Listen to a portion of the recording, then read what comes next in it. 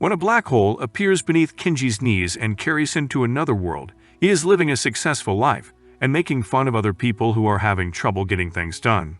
Kinji, a worker for a dungeon corporation, is listening to Belza Shubaha as she addresses the entire staff. Kinji has a 16-hour workday requirement. He throws a gold coin, and when it rolls behind a fence, Kinji notices something there. After work, Kinji and a co-worker go to an upscale restaurant. Wanabe is about to leave when Kinji intervenes and tells him that this might be his best opportunity to improve his miserable life. Wanabe is led behind the fence by Kinji, who then shows him a secret doorway and begins mining a significant quantity of demonic. They are suddenly attacked by Rim, a gigantic dragon who wants to consume them. Then Kinji makes a deal offering the Rim food that is far sweeter than human food in exchange for protecting them, rather than eating them while they congregate and demonize. Rim changes into a young girl and agrees to Kinji's proposal. Wanabe cuts off his tail when Rim requests more food. What hospitality! After realizing the hypnotic abilities of the magical staff, Kinji uses them on his co-workers to get them to come work for him. The crew begins to perform less efficiently. When he refers to his employees as losers, they become enraged and assault him. Rim begins to bite him because he is hungry. Even though Kinji has been a major part of their team's success, over the past 2 months his co-workers are chilly toward him. He and Wanabe are moved to Exploration Division Group 8, which replenishes treasure chests and takes care of mob monsters to assist the frontline combatants. Then, Wanabe unlocks a chest that is a mimic and is ensnared by its tentacles. He needs to fill in for Wanabe, as he won't be able to work for some time. Rin receives the leftover food from a restaurant that Kinji took out of the garbage. When dungeon ants attack Kinji and another team member, they dive into the water to protect themselves. The ants raid the storeroom and take everything. Kinji discovered a medicine that could transform people into ants in the small box, and used it to turn himself and the others into ants. He approaches the ants and announces himself as a traveling ant. Then, Kinji attempts to persuade the ant that she should be angry about being exploited and seeking rights. He persuades them to voice their desire to rebel against the queen because she is making them toil in an appalling environment. The queen is then encircled by ants in protest and Kinji, whose drug is worn off. Kinji is attacked by her, but Rim intervenes to stop her. Rim's demand for food every time is hilarious.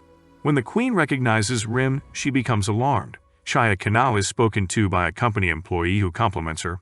Kinji and the rest of the team practice outside. It is stopped by Wanabe, who is eating some grass. They receive both mental and physical instruction from their extremely strict training officer. Each person lauds Kinji's speech. All the members went insane and set fire to the training facility after someone accidentally put confused grass in the chow. Before the explosion, Kinji and Wanabe were able to escape and Kinji mixed confused grass into the food. Shia, a second-generation hero, is introduced to them both. When Wanabe rushes to her in ecstasy, she hurts him. After referring him for care, Shia takes Kinji to see the various facilities used by each organization. She and Kinji praise the business to appease Kinji, but he responds, candidly saying that the business is nothing more than a rotten core. She drags him to the 3rd floor and demands that he take on a monster when she becomes enraged. When Kinji is unable to kill it, she quickly dispatches it by herself. Shia intends to attack Kinji, but he immediately calls Rim, who restrains Shia. After all, Kinji is the superior human among all other beings. Kinji Wanabe, the Ant Queen, is with Rim. If the corporation finds out that they are working for monsters, Wanabe is afraid they will suffer consequences. To extort Shia, they take photos of her. Kinji worries that all of his earnings go to filling Rim's stomach as he wanders the streets alone. Kinji is confronted by 3 creatures who drag him to a hidden location. He is reminded to repay the loan by the Lady Beast. The woman informs Kinji that he has 5 months to generate 5 million pieces of gold after he agrees to pay. Shia meanwhile reflects on the day her father abandoned her in exchange for cash and declares that she would never be like her father. Shia shows them how to defeat demons the following day at work so they can receive a prize. Belza discloses the deathmatch during the meeting and is rebuked by the participants. They each work at a different monster farm that Kinji creates. Kinji observes Wanabe's tail regrowing. Shia is saved by Kinji from falling off a rock. Majin, a demon, assaults Shia. She orders Kinji to go since she needs to kill Majin, but Kinji declines, sending Majin to the surface and upsetting the authorities. Majin is incredibly resilient despite Kinji's best efforts to kill it. Shia finally attacks Majin, but it counterattacks and tries to consume Kinji. Rin reaches out and informs Majin that Kinji is her meal in the meantime. Majin is killed by Rim, saving Kinji. When a black hole appears beneath them, Kinji and Rim are propelled downward. Opening his eyes to the actual world, Kinji is relieved to see that everything was just a dream. But his joy is short-lived, and when he awakens from the dream, Rim is standing in front of him in a different reality.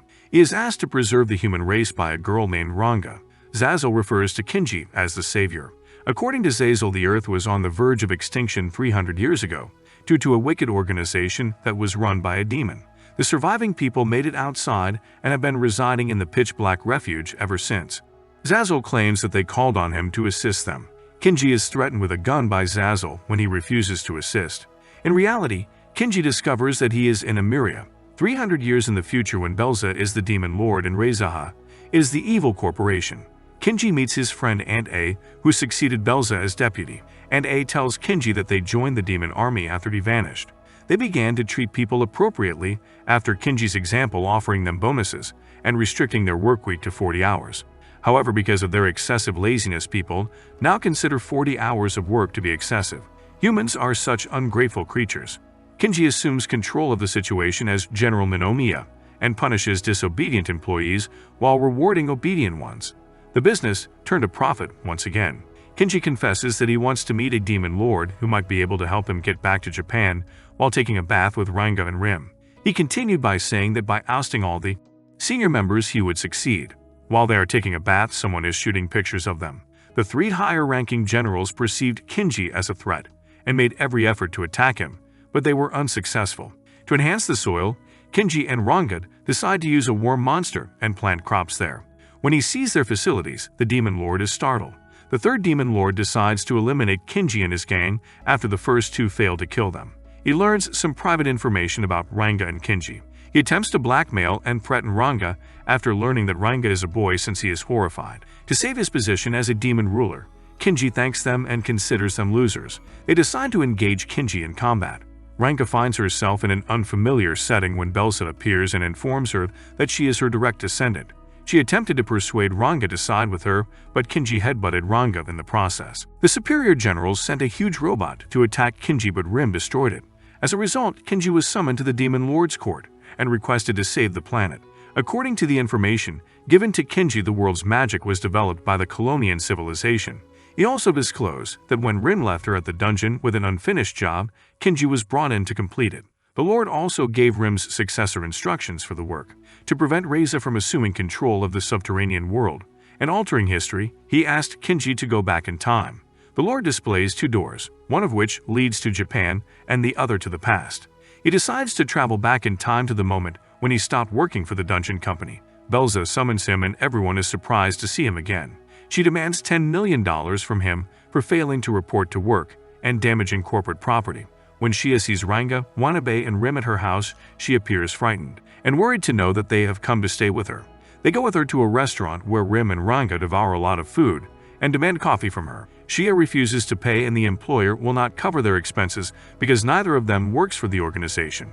The director extends a job offer to Ranga. They purchase a dress before Ranga goes with Rim for an interview. Rim consumes all the food available in the dorm, and as a result of her excessive eating, her stomach becomes like an air balloon. Kinji decides to start his planned operation, Eternal Capital. Shia informs Kinji that he should have been level 20 to enter the dungeon, but he is only level 5. She chooses to train him and increase their physical endurance. During his training, Kinji learns that the world's inhabitants can absorb natural mana and transform it into magic to enhance their physical prowess. Shia understands that Kinji is only capable of manipulating others. Kinji observes Ranga playing with the rifle he purchased after being teleported into the future the next day. When Rim tries to beat it after he gives it back, the gun absorbs her mana. Kinji unintentionally enters the correct password when the pistol is triggered and requests a password. Before Belza, Kinji decides to raid the higher-ranked dungeon after realizing that his powerful weapon can make up for his physical deficiency. Monsters attack Kinji in the dungeon, but he uses his gun to kill them all. The outcome is that the battery runs out soon, and the gun starts absorbing mana from its surroundings. Everyone is soon left utterly exposed and ashamed as the gun starts to drain energy from the magically woven clothing they are wearing. Their facial expressions are absurd. When Shia chastises him and says he did it on purpose, Kinji threatens to sell the pistol at a pawn shop, but the gun knots itself around him and makes him fear self-destruction. Kinji was left with no choice but to preserve it. Kinji and his group are waiting in front of another gate when they notice nobody there. A member of the crew says that many years ago a hero and his companion set out to rescue the hero's lover. The hero slew the dragon, but his companion, a mage, deceived him and put him in jail. The hero eventually passed away inside the jail, and his ghost still flies around the dungeon today as a result of his regret over never being able to see his beloved. Wanabe spots some strange-looking individuals emerging from the basement all of a sudden. One of them is attacked by Shia, but he immediately recovers. When Eldon is bitten, he turns into one of them. Later, Kinji vanished and his underwear is still lying there. He is quickly located by Rim. He is in the dungeon with a mage who discloses how he had cursed the inmates with overworking while they were there. The wizard vanishes when Wanabe informs him that people already work too much as a result of corporate drones. Later, Kinji and his team assist a girl in exchanging a certain weapon for a mystical energy drink by helping her sell it. Kinji came upon Cindy, a store owner who held the weapon needed to get to the 4th floor. She was assisted by Kinji and his crew in achieving her sales target. However, the business closed the shop. They nevertheless exchanged the firearm for it and went to the 4th floor. Dinosaurs assault Kinji and Wanabe. Kinji fires some sticky white substance on the ground. The dinosaurs become entrapped. Then Shia slices them with her blade. Reingut observed that large pebbles had blocked the 3rd floor's entrance. Kinji inquires about the 5th floor with the older man. The old man explained to the crew that the obstruction on the floor was caused by an earthquake. He also said that the front gate is guarded by 2 enormous creatures. Kinji instructed the group to construct the base and ascertain what was taking place. Later, the crew took control of the dungeon and saved a young woman. They encounter an ant queen who is posing as another girl. She gets furious and thinks her Kinji's wife. The girl develops a fever so Rim can acquire ice to put on her forehead. Some rabbits are pursuing Shia and Kinji. Additionally, they run into the mana-sucking monster in the pond. Kinji also kills it, and then they go back to Rim, who can heal the girl. The girl was given the name Sky by Rim, and Kinji admires Rim.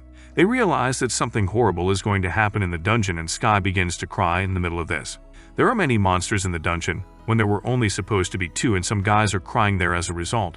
Kinji and his group battled ferocious enemies on the 5th floor of the dungeon as they attempted to survive. They are both linked by Kinji to ascend to the 4th floor while riding on insects. The captain confesses that he is Belza's bodyguard's commander, Alice Violstein. Alice received a slap from Kinji, but they later became friends. Alice is happy that they are moving forward without any resistance, because Rim will make amends for the past, and Kinji inspires everyone. Kinji learns that Sky's condition has stabilized. They also discover a door leading to the 6th floor, and Kinji bravely advances there. The pistol told Kinji about the mystical object while he was ascending to the 6th floor. The enormous power surge that gives Kinji the ability to rule over all the dungeons is his to seize. He claims to be the leader of the Dungeon Black Company and professes his intention to rebuild this world into a paradise. Belza finds out about the monsters coming out of the dungeon right when Kinji riding a dragon appears in front of her. To pay off the obligations, he provides her with a letter of resignation and jewelry. Kinji transforms the prison into a theme park after 3 months have passed.